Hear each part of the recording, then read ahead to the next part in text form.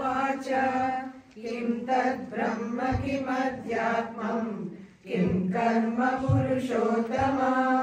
अधिभूतं च किं प्रोक्तम् अधिदैवं किमुच्यते अधियज्ञं कथं गोत्र देहेऽस्मिन् मधुसूदन प्रयाणकाले च कथं ज्ञेयोऽसि नियतात्मभिः। श्रीभगवानुवाच अक्षरं ब्रह्म परमं स्वभावोऽध्यात्ममुच्यते भूतभावोद्भवकरः विसर्गकर्म संहितः अधिभूतं चरो भावः पुरुषश्चाधिदैवतम् अधियज्ञोऽहमेवात्र देहे देहभृतां वर अन्तकाले च मामेव शरणं मुक्त्वा कलेवरम् यः प्रयाति समद्भावम् याति नास्त्यत्र संशयः यं यं वापि स्मरन् भावम् त्यजत्यन्ते कलेवरम्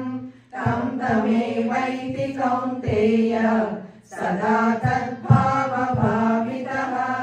तस्मात् सर्वेषु कालेषु मामनुस्मरयुध्य च मय्यर्पितमनो बुद्धिः मामेवैष्यस्य संशयः अभ्यासयोगयुक्तेन चेतसा नान्यगामिना परमं पुरुषं दिव्यं याति पार्थानुचिन्तयन् कविं पुराणमनुशासितारम् अनोरणीयासमनुस्मरेयः सर्वस्य दातारमचिन्त्य रूपम् आदित्यवर्णं तमसः परस्तात् प्रयाणकाले मनसाचलेन भक्त्या युक्तो योगबलेन चैव भ्रुवोर्मध्ये प्राणमावेश्य सम्यक् सतं परं पुरुषमुपैति दिव्यम् यदक्षरं वेदविदो वदन्ति विशन्ति यद्यतयो वीतरागाः यदिच्छन्तो ब्रह्मचर्यं चरन्ति तत्ते पदं संग्रहेण प्रवक्ष्ये सर्वद्वाराणि संयम्य मनोहृदि निरुध्य च मूर्ध्याधायात्मनः प्राणम् आस्थितो योगधारणाम् ओमित्येकाक्षरं ब्रह्म व्याहरन् मामनुस्मरन् यः प्रयाति त्यजन् देहम् स याति परमां गतिम् अनन्यचेता सततम् यो मां स्मरति नित्यशः तस्याहं सुलभः पार्थ नित्ययुक्तस्य योगिनः मामुपेय पुनर्जन्म दुःखालयमशाश्वतम् नाप्नुवन्ति महात्मानः संसिद्धिं परमां गताः आब्रह्मभुवनालोकाः पुनरावर्तिनोऽर्जुन मामुपेयतु कौन्तेय पुनर्जन्म न विद्यते सहस्रयुगपर्यन्तम् अहर्यब्रह्मणो विदुः रात्रिं युगसहस्राणां ते होरात्रयोजनाः अव्यक्ताव्यक्तयः सर्वाः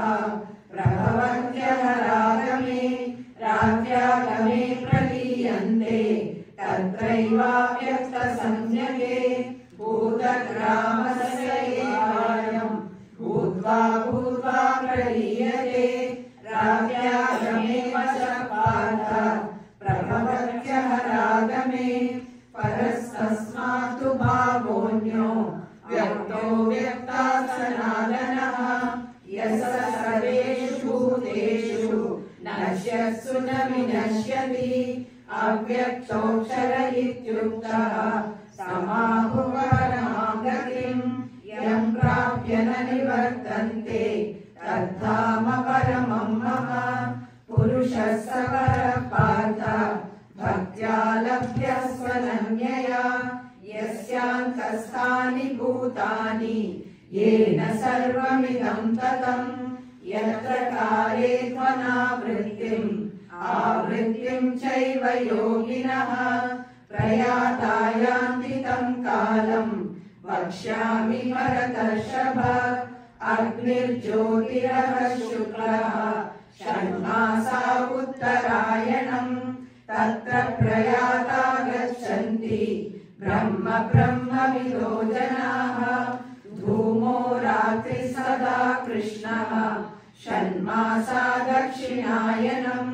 तत्र चान्द्रमसं ज्योतिः योगी प्राप्य निवर्तते शुक्लकृष्णे गतीयेते जगतः शाश्वते मते एकया यात्यनावृत्तिम् अन्यया वर्तते पुनः नैते श्रुति पार्थ जानन् योगी मुह्यति कश्चन तस्मात् सर्वेषु कालेषु योगयुक्तो भवार्जुन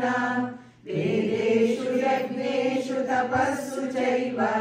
दानेषु यत्पुण्यफलं प्रतिष्ठम् अध्येति तत्सर्वमिदं विदित्वा योगी परं स्थानमुपैति चाद्यम् ॐ तत्सदिति श्रीमद्भगवद्गीतासु उपनिषत्सु ब्रह्मविद्यायां योगशास्त्रे श्रीकृष्णार्जुन संवादे अक्षरब्रह्मयोगो नाम